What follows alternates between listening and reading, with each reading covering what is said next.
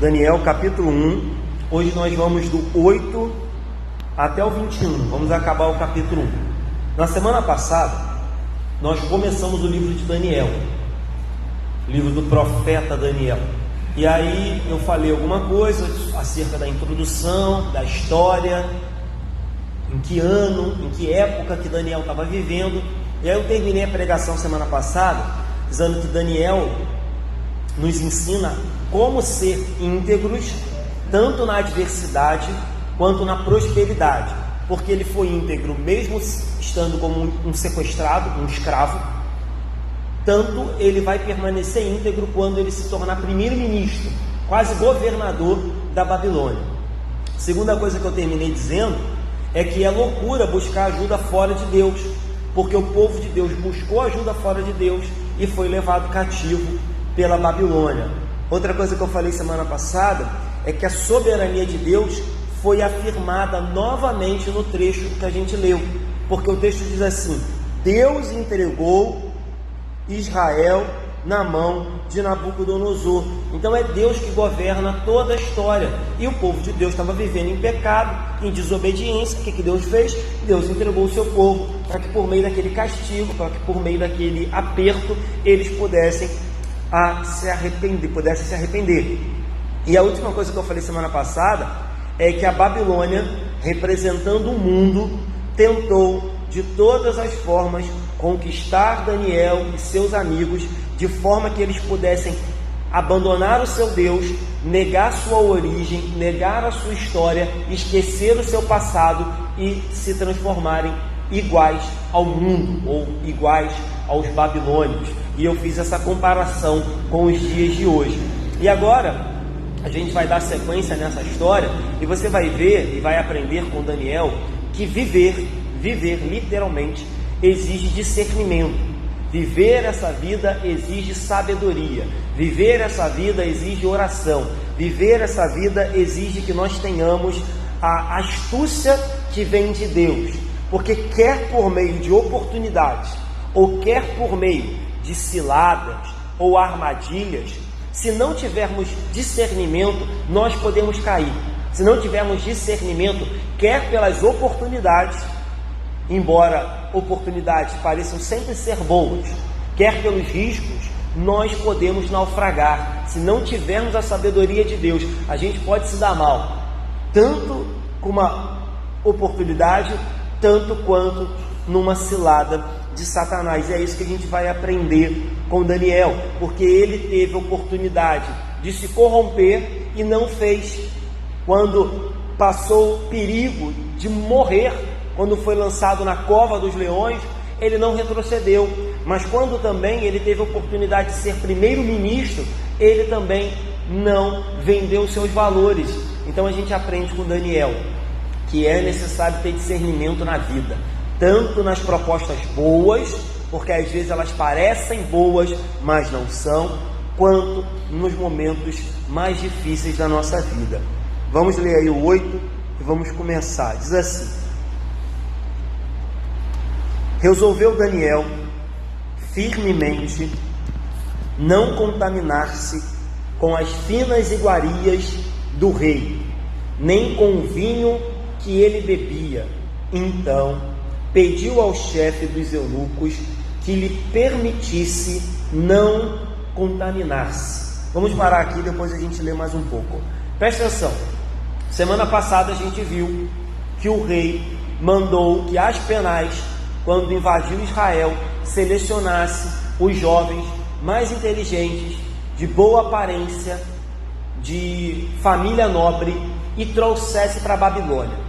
Esses jovens teriam que passar 3 anos sendo educados com toda a cultura da Babilônia, e eles tinham que receber vinho e comida à semelhança que o rei comia. Claro, isso era só para eles. O restante dos escravos, o restante do pessoal que foi levado cativo de Israel, estava vivendo a pão e água, e olhe lá. E aí, de forma muito interessante, Daniel decide não comer e não beber o mesmo alimento que o rei recebia. É interessante que eu digo porque Na semana passada a gente viu que o rei mudou o nome de Daniel e dos seus 3 amigos. E Daniel não se opôs a isso, ele ficou quieto. Você não vê ele dizendo, não quero que troque meu nome. E essa era uma maneira também que o rei tinha de fazer com que eles esquecessem a sua identidade. Mas quando o rei agora falou de comida e bebida, Daniel disse, não vou. Eles tinham que decidir como eles queriam viver em um mundo completamente, como eu disse, inimigo, antipático e contrário às suas convicções religiosas. Talvez você pergunte, poxa pastor, era mais importante comida e bebida do que o nome? Eu falei que semana passada, não tinha como fugir disso. Toda comida, toda bebida, você vai ver que daqui a pouco a gente vai ver o que Daniel pediu para comer e beber. Mas até o que Daniel pediu para comer e beber, passava pelas mãos de pessoas que eram idólatras, passava pelas mãos de pessoas que ofereciam aos deuses tudo aquilo que eles plantavam. Então não tinha como fugir disso. Toda comida, toda bebida, aquele ambiente era um ambiente idólatra.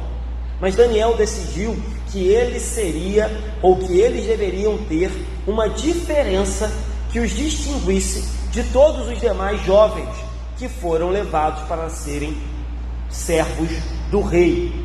Diz a história que naquela época, qualquer pessoa que aceitasse assentar na mesa de um rei e comer do mesmo banquete do rei, ele estava selando um acordo de lealdade, ele estava selando um acordo de amizade, ele estava se comprometendo a fazer um pacto com o rei. E dizem alguns historiadores que o que Daniel estava mais preocupado não era apenas com aquele alimento ser impuro, porque, como eu disse, todo alimento daquele lugar era impuro, todo. Mas o que Daniel não queria era dizer para o rei, entre aspas, ou dizer para aqueles que estavam à sua volta que ele se comprometia a ser leal ao rei, sentando em sua mesa, ser amigo do rei em todas as consequências.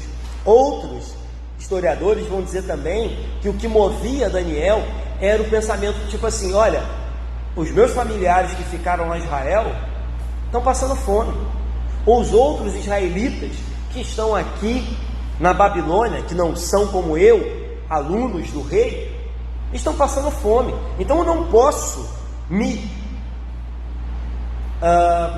eu não posso me embriagar, entre aspas, ou não posso encher a minha pança da melhor iguaria, do melhor vinho, enquanto os meus compatriotas estão passando as piores coisas.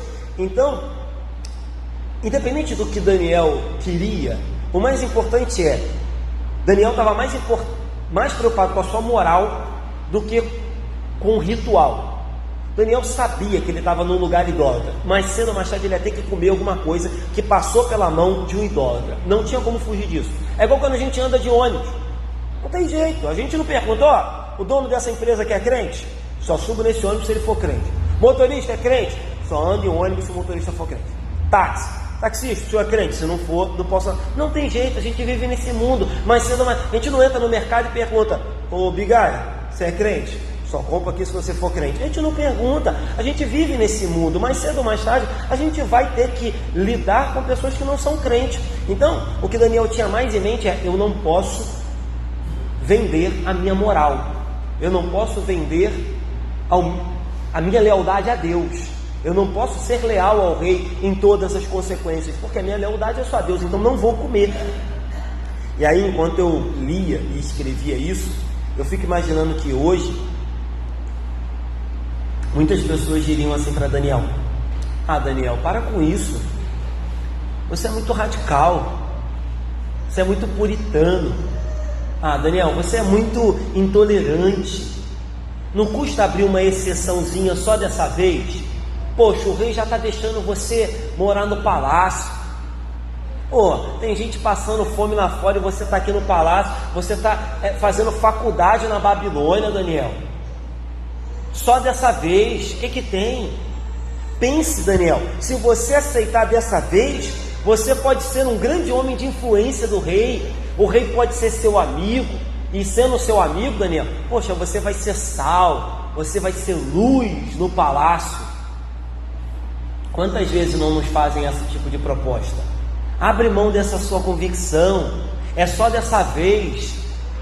Poxa, ninguém vai ver, ninguém está vendo. Não tem nada a ver. É as coisas que, principalmente os jovens, né? Mas nós adultos também ouvimos isso. Mas é o que o jovem mais escuta isso hoje. Não tem nada a ver. Todo mundo faz. Ninguém está vendo.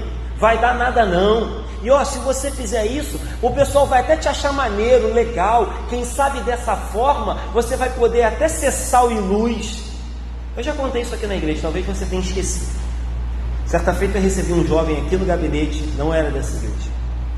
Você vai se escandalizar se você não lembra. Mas ele falou para mim: pastor, eu fumo maconha. Mas pastor, quando eu estou lá com os meus amigos fazendo isso, eu fico até mais desenvolvido e falo de Jesus para eles. Eu pensei, falei: vai para lá, Satanás. Eu falei: meu irmão, você está completamente perdido, você está completamente desorientado. Mas ele estava justificando que quando ele estava com seus amigos no meio do uso de droga, ele pelo menos estava sendo sal e luz. Isso é uma mentira de Satanás e ela alcança a todos. Alcançou aquele jovem e às vezes nos alcança. Ah, o que tem? Vou dar um exemplo aqui, tá, irmão? Se você fizer ou se você já fez, pare de fazer em nome de Jesus, ou então não me convide. Vou falar da minha família, porque da minha família eu posso falar, né? Não posso falar da dos outros. Meu tio foi crente durante um tempo, agora está afastado. A minha tia sempre foi crente. Aí aniversário de 15 anos da filha dele, depois casamento da filha dele, bebida à vontade, pessoas bêbadas, embriagadas.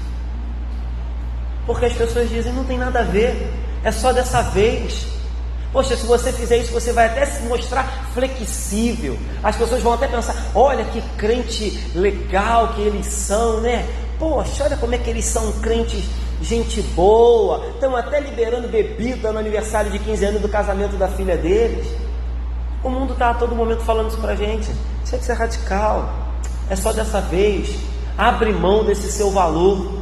E aí Daniel aqui nos mostra, sim, que é possível permanecer fiel, é possível permanecer firme nas nossas convicções, mesmo quando o mundo tenta nos seduzir com um laço, com uma armadilha, e dizer: ah, não tem nada a ver.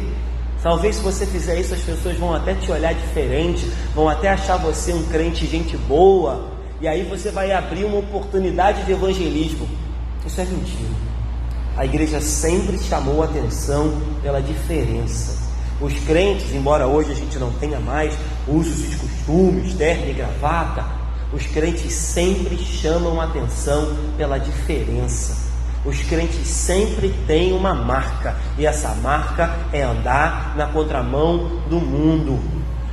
Se você está cedendo, se você está se moldando a esse tipo de discurso, porque você não pode ser radical, pode ter certeza, você já está sendo influenciado, dominado pelo mundo, com certeza. Vamos seguir, 9 e 10. Ora, Deus concedeu a Daniel misericórdia e compreensão da parte do chefe dos eunucos. Disse o chefe dos eunucos a Daniel: tenho medo do meu senhor, o rei, que determinou a vossa comida e a vossa bebida, pois veria ele o vosso rosto mais abatido do que dos outros jovens da vossa idade.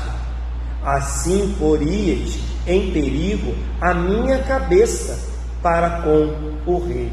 Olha só, Daniel procura o chefe dos eunucos e fala: olha, eu não queria comer esse negócio não.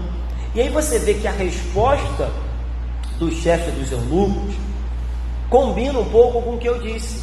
O que Daniel não queria era dizer: eu não sou leal ao rei em toda circunstância, porque quando ele deixasse de comer, o chefe disse: olha, se o rei souber disso, ele vai entender isso como uma traição. Como é que é? Daniel e seus amigos não querem ser leais a mim, não querem ter um pacto comigo, não querem comer da minha comida, eles não querem fazer um acordo comigo. E aí o que o rei ia fazer? Ia entender isso como uma traição, ia cortar a cabeça do chefe dos eunucos. Então, a resposta do chefe dos eunucos vai nessa linha, de que o que Daniel estava fazendo era uma demonstração de não lealdade ao rei. Só que você vê aqui também a mão de Deus, mais uma vez, intervindo e sendo benéfica para Daniel. Esse camarada não tinha amizade nenhuma com Daniel, não conhecia Daniel, ele era chefe. Ele queria era manter sua posição, manter a sua cabeça em cima do pescoço. Ele queria era manter o benefício que ele tinha como chefe. Ele podia correr e ir lá e entregar Daniel. Ele tem misericórdia de Daniel. Você vê que ele não concede. Ele não diz pode não comer. Ele diz: olha, Daniel, você vai me complicar. Se eu fizer isso, o rei vai cortar minha cabeça. Se eu fizer isso, eu tenho medo. Eu tenho medo do rei, porque foi ele que mandou que vocês comessem. Então, ele poderia naquela hora correr e dizer para o rei. Até porque você vai ver mais na frente que vai ter um grupo aqui que vai correr e vai entregar Daniel, falando: ó, rei, você falou que ninguém podia orar para outro Deus que não fosse a estátua lá que você fez. E Daniel, os amigos dele, estão orando para Deus de Israel e não estão se prostrando diante da estátua que você fez. Então você vai ver que numa outra passagem vão entregar Daniel. Mas aqui, novamente, a gente vê Deus protegendo Daniel, Deus dando graça a Daniel, Deus tendo misericórdia da vida de Daniel. Daniel nos ensina, irmãos, em situações como essa, quando a nossa fé é provada, a gente confiar em Deus e saber que Ele vai nos dar livramento, saber que Ele vai nos dar graça diante dos homens, ainda que sejam maus, ainda que sejam pessoas que queiram afrontar a nossa fé, corromper a nossa moral, desvirtuar aquilo que nós acreditamos. Nós devemos confiar mais em Deus do que nos homens. Daniel, sim, uma palavra, né, que as pessoas têm medo hoje. Sim, Daniel foi radical, Daniel foi firme, Daniel não arredou o pé e continuou insistindo que não seria leal ao rei. Nós tiramos daqui também, desse versículo, uma verdade, uma doutrina, que Deus governa o coração de todos os homens. A gente lembra daquela passagem lá de Faraó, né? Que Deus disse para Moisés assim: Moisés, vai lá e fala com o Faraó para libertar o povo. Eu lembro as primeiras vezes que eu li aquele texto, eu sempre ficava muito intrigado.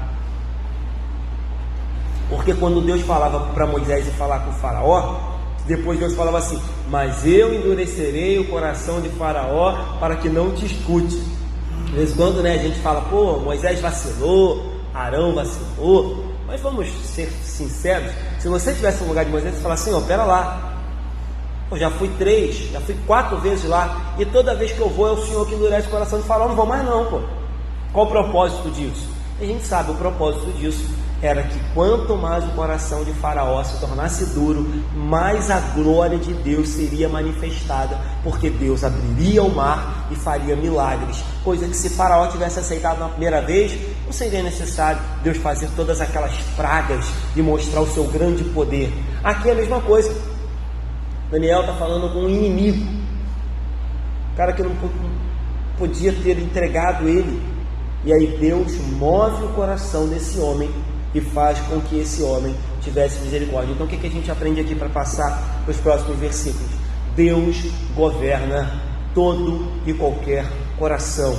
É verdade que nem todo coração se rende a Deus, nem todo coração se quebranta a Deus, mas uma coisa é certa: Deus, quando quer, endurece. Deus, quando quer, quebranta. Deus, quando quer, induz. Deus, quando quer, convence. Deus, quando quer, move céus e terra e o coração de quem Ele quiser. Por isso que constantemente, às vezes, a gente vê um ímpio, um ateu, um espírita, sei lá quem for, exercendo misericórdia para conosco, ou nos tratando de forma inesperada, porque Deus move o coração de quem Ele quer, de quem Ele bem entende, certo?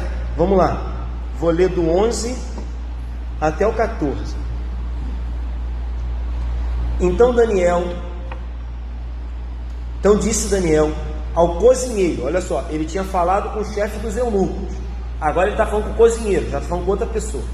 Disse Daniel ao cozinheiro-chefe, a quem o chefe dos eunucos havia encarregado de cuidar de Daniel, Ananias, Misael e Azarias: experimenta, peço-te, os teus servos 10 dias, e que se nos deem legumes a comer e água a beber.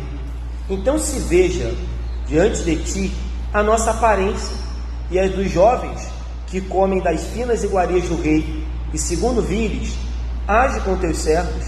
Ele atendeu e os experimentou 10 dias. Então o que Daniel faz agora? Cheio do Espírito Santo, com a sabedoria de Deus, com a graça de Deus, Daniel também é sábio. É outra coisa que a gente tem que aprender com Daniel. Ainda que nós tenhamos as nossas convicções, ainda que a gente tenha a nossa fé, ainda que a gente não deva negociar os nossos valores, a gente tem que ter sabedoria. Às vezes o crente se extrapola porque não tem sabedoria. Às vezes a gente quebra a cara porque não tem sabedoria. Às vezes a gente se machuca porque a gente também quer meter o pé na porta e fazer as coisas de qualquer jeito. Daniel viu que o chefe dos eunucos não entregou ele, não proibiu, mas também não deixou. Disse: olha, eu tenho medo, porque se eu deixar esse negócio acontecer, eu posso perder a cabeça. Em contrapartida, ele ora, aqui não diz, provavelmente ele ora, e o Espírito Santo lhe diz: olha, fala com o chefe dos cozinheiros.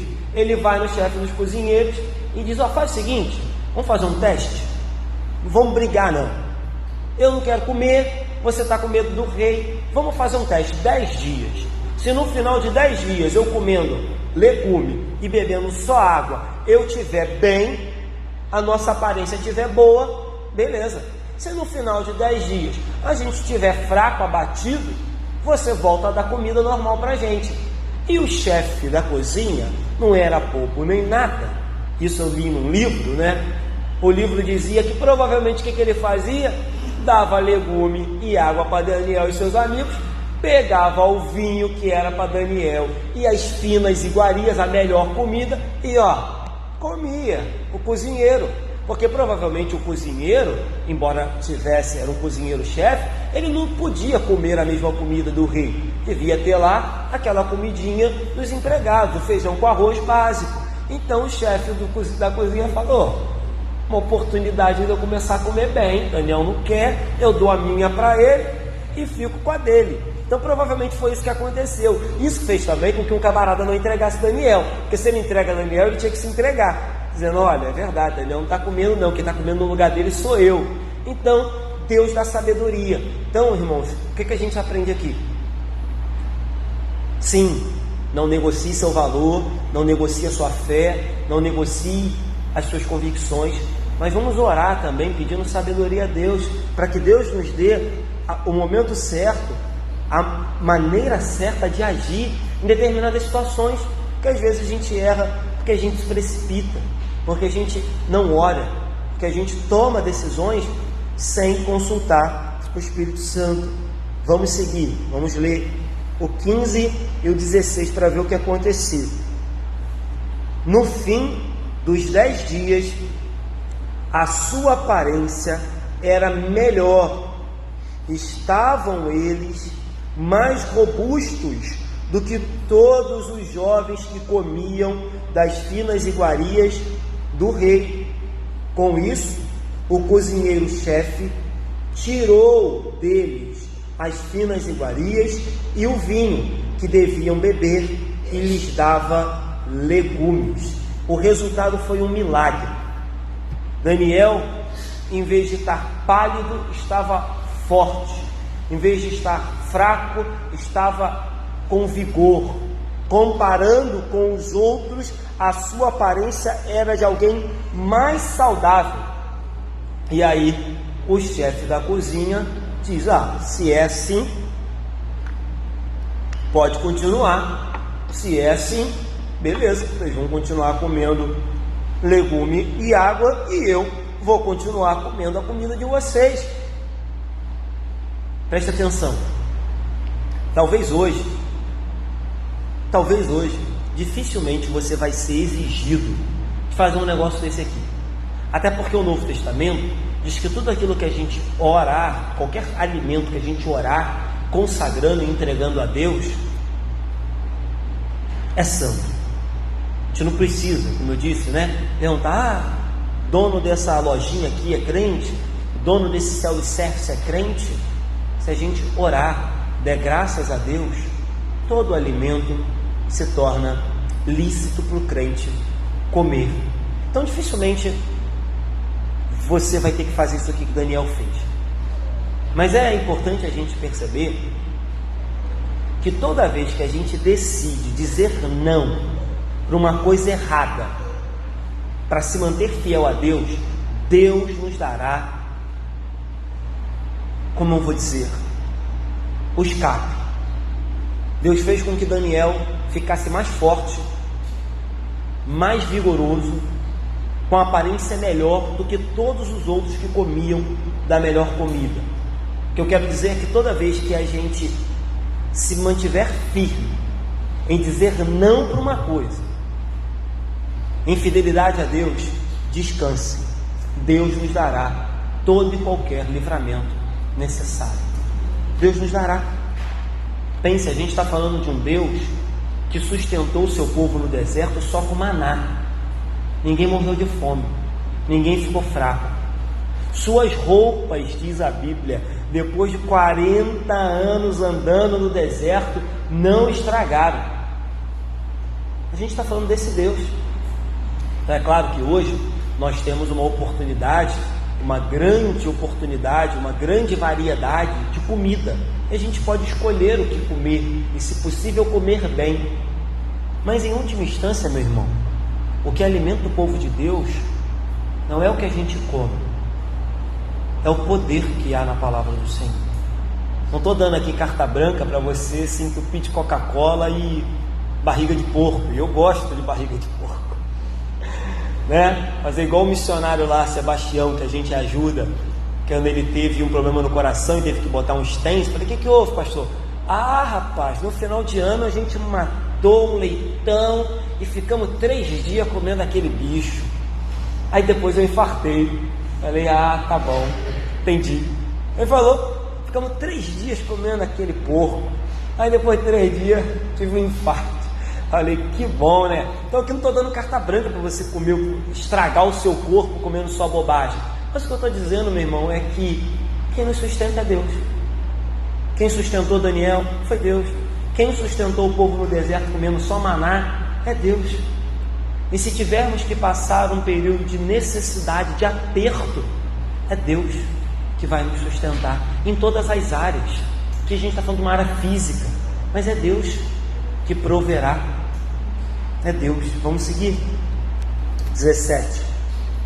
Ora, a estes 4 jovens Deus deu o conhecimento e a inteligência em toda cultura e sabedoria, mas a Daniel deu inteligência de todas as visões e sonhos. Vamos parar aqui. Eu disse que Deus é quem alimenta o seu povo, e também é Deus que dá inteligência ao seu povo. Você vê aqui que Deus deu. Eles estavam numa universidade da Babilônia. Eles estavam lá por 3 anos aprendendo a cultura e tudo que diz respeito à Babilônia. Mas quem deu conhecimento, inteligência, sabedoria foi Deus. É Deus que dirige todo o mundo. Mas a Daniel, Deus deu um dom, Deus deu algo a mais. E o texto diz que Daniel tinha inteligência de todas as visões e sonhos. E aí, o dom aqui dado a Daniel não foi uma recompensa porque ele não quis comer ou beber. O dom aqui era, mais uma vez, eu vou repetir, a maneira de Deus dizer para a Babilônia: eu sou o único Deus, eu sou o Deus que dá sabedoria. O temor ao Senhor é o princípio da sabedoria. A Babilônia, você vê, eles estavam há 3 anos estudando. A Babilônia tinha o costume de se achar a nação mais forte e mais inteligente do mundo. Eles achavam que eles eram os mais sábios, que eles tinham interpretação de sonhos, que eles tinham os melhores magos, os encantadores, e que todas as outras nações eram ignorantes. Então, quando Deus coloca Daniel com toda inteligência, toda sabedoria, com o dom de visão e de interpretar a visão e o sonho, Deus estava novamente abrindo caminho para que o nome dele fosse exaltado e todos os outros deuses, todos os outros magos, vocês vão ver isso nas próximas semanas, fossem envergonhados. E aí o próprio Nabucodonosor, com o passar do tempo, vai ter que se render e dizer: tem algo diferente na vida desses jovens, porque o que eles fazem ninguém mais faz. Então vocês vão ver, em um ambiente religioso extremamente carregado, extremamente idólatra, o dom que Deus concede a Daniel vai fazer toda a diferença e vai mostrar que entre aquele lugar, entre aquele povo, só havia um Deus digno de adoração, era o Deus de Israel. Vamos ler 18 ao 20. Vencido o tempo determinado pelo rei, que eram 3 anos, para que os trouxessem, o chefe dos eunucos os trouxe à presença de Nabucodonosor. Então o rei falou com eles, e entre todos não foram achados outros como Daniel, Ananias, Misael e Azarias. Por isso passaram a assistir ou trabalhar diante do rei em toda a matéria de sabedoria e de inteligência, sobre que o rei lhe fez perguntas. Os achou 10 vezes mais doutos ou inteligentes do que todos os magos e encantadores que havia em todo o seu reino. Então, como eu disse, após 3 anos de faculdade, digamos assim, o rei manda que os jovens fossem trazidos. E quando Nabucodonosor os entrevista, os interroga, eles se mostram não só inteligentes, não só com uma bela aparência, mas eles eram 10 vezes mais inteligentes do que qualquer outro jovem, do que qualquer outro mago, do que qualquer outro encantador. E aí, a partir desse momento, esses jovens começam a trabalhar diante do rei, servindo diretamente ao rei, tinham acesso ao rei. Provavelmente, como eu disse, se tornaram governadores, primeiros ministros, prefeitos, pessoas de projeção. E aí a gente percebe uma coisa, né? Esses jovens foram fiéis a Deus, não negociaram seus valores e agora estão num lugar de destaque. O que mais tem hoje são pessoas, inclusive os crentes, e não há pecado nisso, sonhando com lugares de destaque. Não é pecado, irmão, você sonhar com um bom concurso, em ser promovido, em ter uma boa casa. Não há nenhum pecado nisso. O problema é que o mundo, para alcançar um lugar de destaque, faz o diabo. O problema é que os crentes, para alcançar um lugar de destaque, uma posição de destaque, estão fazendo a mesma coisa. Não há nada de errado em orar, em estudar, em tentar ser o melhor na sua profissão. O problema é quando a gente vende a nossa consciência, negocia o nosso valor, abandona a nossa fé, tudo em busca de um destaque, de uma posição, de uma influência. E ainda justifica assim, né? Não, pastor, porque quando eu chegar lá eu vou ser bênção, quando eu chegar lá eu vou ser luz, eu vou ser sal. Para de história. Se lá atrás você negociou a sua verdade, vendeu a sua consciência, abandonou a sua fé, quando chegou lá na frente, você jamais vai ser bênção. Então deixa eu fechar esse pensamento. Se você vende a sua fé, negocia os seus valores, abandona o seu Deus para conquistar qualquer coisa, não se engane, você nunca vai ser bênção lá na frente. Aquilo que você ganhar nunca vai ser bênção na sua vida. Aquilo que você conquistar nunca te trará paz.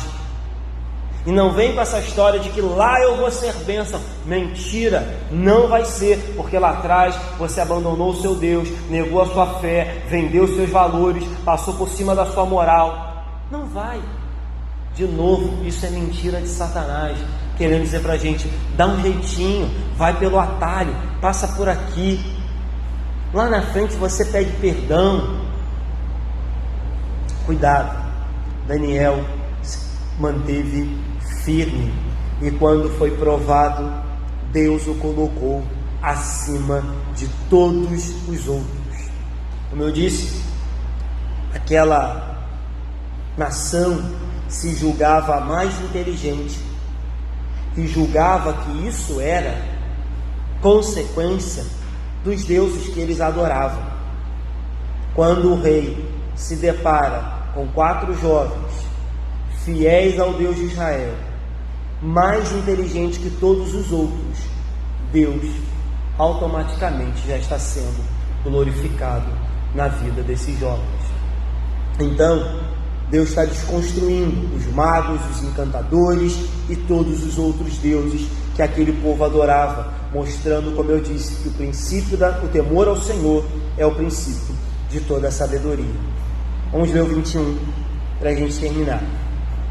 Daniel continuou até ao 1º ano do rei Ciro. Então talvez aqui você não entenda muito o que esse versículo quer dizer.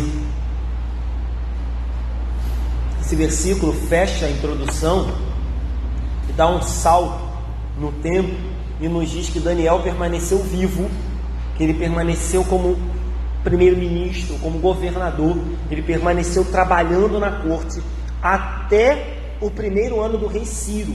Ciro é um outro rei de uma outra nação, a nação persa, que depois de muitos anos vai invadir a Babilônia, vai destruir a Babilônia, vai acabar com o Império Babilônico e vai reinar no lugar da Babilônia. Então você vê, Daniel foi tão abençoado que ele foi maior do que a Babilônia. A Babilônia passou, a Babilônia caiu, a Babilônia foi destruída, invadida, saqueada, derrotada, e Daniel se manteve trabalhando para o rei. Esse mundo passa, né? Os prazeres desse mundo passam, as ofertas desse mundo passarão, as ciladas desse mundo passarão, mas a palavra do Senhor diz que passarão céus e terra, mas ela permanecerá. Então a gente aprende isso com Daniel. Daniel foi fiel ao Senhor no início, foi colocado numa posição de destaque, não negociou os seus valores e permaneceu sendo bênção com o passar dos anos. Então, para que a gente termine bem, é necessário começar bem. Para que a gente seja bênção durante toda a nossa vida, é necessário que a gente seja bênção no início da nossa vida, no início da nossa caminhada cristã. Senão não dá. Então o que a gente aprende aqui, que Daniel foi maior do que o próprio Nabucodonosor, porque o Deus que estava em Daniel o sustentou. Daniel passou por 70 anos de cativeiro, 70 anos de escravidão, 70 anos com uma vida limpa, fiel, honrada. Como eu disse, começou bem, terminou bem. Viu Nabucodonosor ser destronado, já a gente vai ver isso também. Viu Nabucodonosor ficar durante um tempo andando de 4 e comer capim, como castigo de Deus. Daniel viu isso. E Daniel permaneceu firme, como alguém que glorificava a Deus e mostrava que não havia Deus maior do que o Deus de Israel. Amém? Vamos terminar? Primeira coisa que eu falei aqui, a maior contaminação que Daniel temia não era comer ou beber. A maior contaminação que a gente deve temer não é se eu estou comendo num restaurante de um ímpio, ou se eu estou andando num ônibus que o motorista é ímpio. A maior preocupação que a gente deve ter é se a gente está vendendo os nossos valores, negando a nossa fé e negociando as nossas convicções. É isso que Daniel tinha medo. Ele não tinha medo de comer e beber. Ele tinha medo de que a partir do momento que ele aceitasse aquilo, ele estaria dizendo para o rei: eu sou leal ao Senhor mais do que ao meu Deus. É isso que a gente tem que tomar cuidado. Não vou em determinada loja porque o dono de lá não é crente. Não, a gente tem que se preocupar se a gente tem vendido a nossa fé a cada dia. Segunda coisa, os corações humanos, acabamos de ver aqui, são governados por Deus. É Ele que inclina, é Ele que endurece, é Ele que quebranta. Então, que a gente ore e continuemos a orar pelos nossos familiares que ainda não confessam Jesus como Salvador, porque é Deus que inclina, é Deus que quebra, é Deus que endurece os corações. Terceira coisa que eu falei aqui importante, somos alimentados, sustentados, mais do que pela comida e bebida que a gente tem na nossa despensa. Nós somos alimentados e sustentados pelo poder que há no nosso Deus. E a última aqui, só para a gente gravar, Deus dirige toda a história. Deus dirige toda a história. E para fazer com que Daniel se destacasse e o nome dele fosse glorificado, ele deu toda a sabedoria a Daniel e aos seus amigos, fazendo com que ele se sobrepusesse. Acho que é isso. Enfim, a todos os demais magos e encantadores. Termino dizendo que não é necessário que a gente venda a nossa alma, que a gente abandone a nossa fé, que a gente passe por cima da nossa moral para conquistar alguma coisa. Deus tem toda a sabedoria, todo o conhecimento, toda a inteligência, toda a sorte de bênção para nos dar. Basta que sejamos fiéis ao Deus que nos chamou. Amém?